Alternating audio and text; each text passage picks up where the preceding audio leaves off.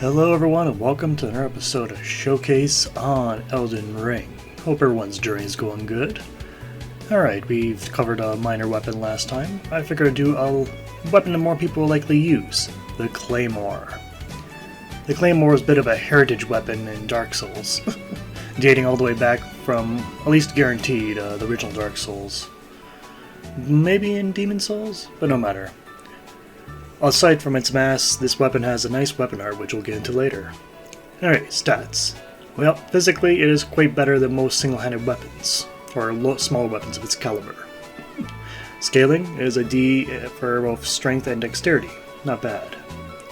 The requirements do need a tiny bit of strength, not a huge amount, but also a little bit of dex to go with it. Using it as a shield, at least cuts the basic damage in half, and everything else is as expected, roughly a third. Alright, and scaling wise, not bad. Okay, so a Claymore.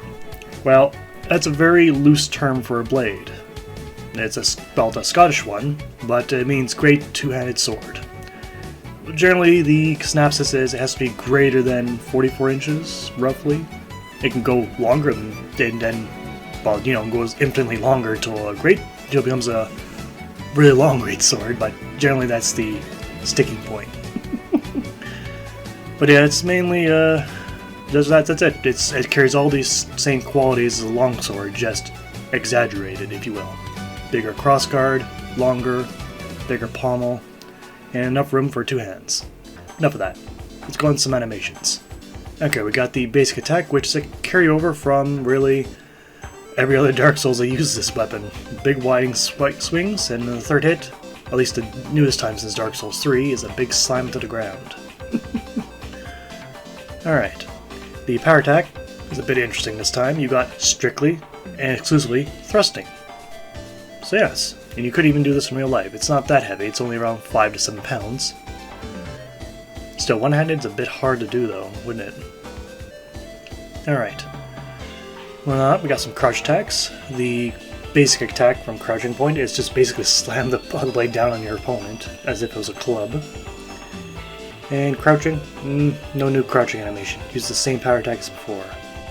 Alright, moving on from the crouching, we got the backstep attack. The normal one is pretty much a twirl and spin. That's alright. But and the power attack variant, well, you haven't got a whole lot. Same attack as before. Alright. That said, these power attacks can be charged. I keep forgetting to mention that.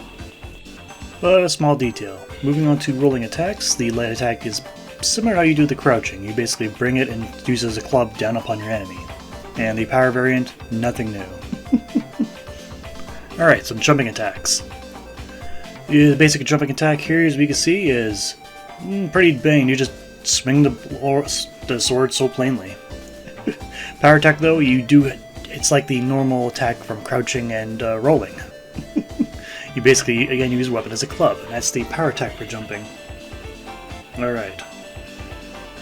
Let's see, and we got the sprint attack, which you just quickly bring the weapon upon your opponent. That's the normal attack. Luckily, there is a power attack version of the sprint. Most weapons will actually support one. But yes, it's a heavy swing to the side.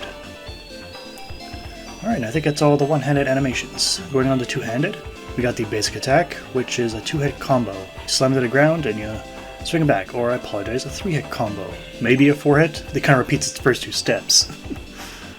But no matter, it's just repeatedly slamming the blade down into the ground. Alright, the power attack is similar to how the one-handed variant is. It's just use two hands with the power thrusting. And again, that can be charged. Moving on from that, we got the crouch. So, the crouch one is strictly a very rapid jab. I wasn't expecting it when I first did that. But yes. So it's interesting. It's quite powerful and quick. Okay, the power attack is, well, crouching power attack's same. No difference, nothing new there. But oh well. And there is me demonstrating the charge, which only takes half a second. Roughly. Okay, next, let's see. I believe we got the jumping attacks. which is, well, it's similar how the one-handed variant is, the light attack anyway. It's just a basic swing. And the power attack version, well, it's identical almost. You again bring the weapon down, just using two hands this time. No matter. It's the Claymore. It's kind of what I expected from this moveset. Alright, then we got the rolling attack, which is a fierce jab to the normal attack. Similar how the crouching attack was. That's again the light attack for rolling. Okay, the heavy attack for rolling, well, nothing new. Oh well. Good jab. Actually, you could just do this normal attack, it's the same jab. Arguably. Okay, the backstep is quite powerful. You take one quick backstep back. Oh, sorry for the stutter, it's PC build. But yes, it's a quick swing. Very rapid. Okay, and then we got the power attack, which, no surprise, nothing new there. Oh well. Okay, what else am I missing? I think that's all. Let's move on to the weapon art. Now, weapon art is just that. A flip, somersault, and slam on your opponent. That's quick. That's definitely going to cause a lot of stamina damage. And it's not too bad on the FP consumption. Me, with very little FP, as this current build, can easily use that quite a few times. I also demonstrated back there you cannot use it while jumping. The open art, you must be firmly planted on the ground. Alright, now let's go on to some animations on the horse.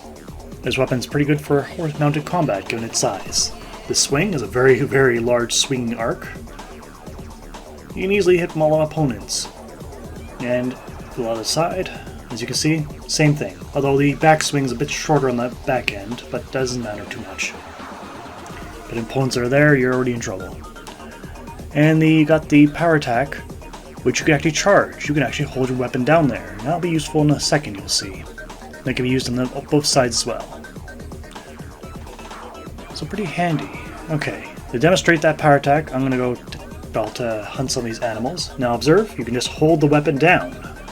You don't actually have to make the swing to connect the attack. The attack will connect just by making contact with the blade. It's pretty easy for fleeing foes or foes that are also mounted, who then you're given pursuit to. Timing the swing in that arc afterwards can be a bit tricky, but it is very easy to make contact. And that said, I'll just use the normal attack, which is also plain easy. Now, if you're going to find this weapon, you'll find it to the fourth. I forgot the name to the south, I apologize. I'll put a name on it in the screen. But yes, you'll find it on the left side, on the ramparts. Pretty hard to miss, to be honest. I kind of found it by accident, and it was easy enough to find. And you have to go here anyway at some point in the game, early on. Well, semi-early. But let's see, let's move on from that. Now, let's get on some stance breaking and some shield breaking. So, single-handedly, you can get through a immediate, basic shield in roughly 3 attacks. If you were just use two-handed variant, well, you can get through it in 2. So, easily goes through most shields, not too terribly much effort. Alright, if I use power attacks two-handed, let's see, is it still 2? Still 2, so no matter. Two-handed, 2 hits. That's easy enough. Let's take it against a giant, which much higher stance, or I guess stance resistance. I still don't know what to call this stuff. So, it took a great many hits single-handed, but it could be done. If you recall for the S-Talk, or the Tuck, it could not be done. This weapon was a reasonable amount of time, though I did not get to the finisher attack in time, but no matter. Going on to the next giant, I went two-handed, and used the basic swing attacks. I tried using power attacks, but it was actually very little hard to hit their ankles. Luckily this giant did absolutely nothing, as I took a few thwacks at him. It took what, about 8 strikes? 9? Again, couldn't get the finisher, but no matter. For the third one, I used the weapon art. Now, you'd be surprised, the weapon art does a lot of that stance damage. I very quickly, I think it was 3 hits? Yeah, 3 hits to get through his stance. That is not much at all, and that took no time. Until this giant collapsed. So just with a little bit of FP, you can easily put one of these guys to the side. And that is it for the Claymore. Pretty damn handy if I do say so myself. But I can tell when it does get to the review build and I do upgrade his weapon, it's going to be a force to be reckoned with. Just like it was in the Dark Souls 2, and Dark Souls 3. The Claymore has been a mainstay of the Souls franchise. Many people relied on it and will continue to do so, so it would seem. And that's Showcase for today. I'd like to thank you all for watching. I hope to see you guys next time. Take care out there.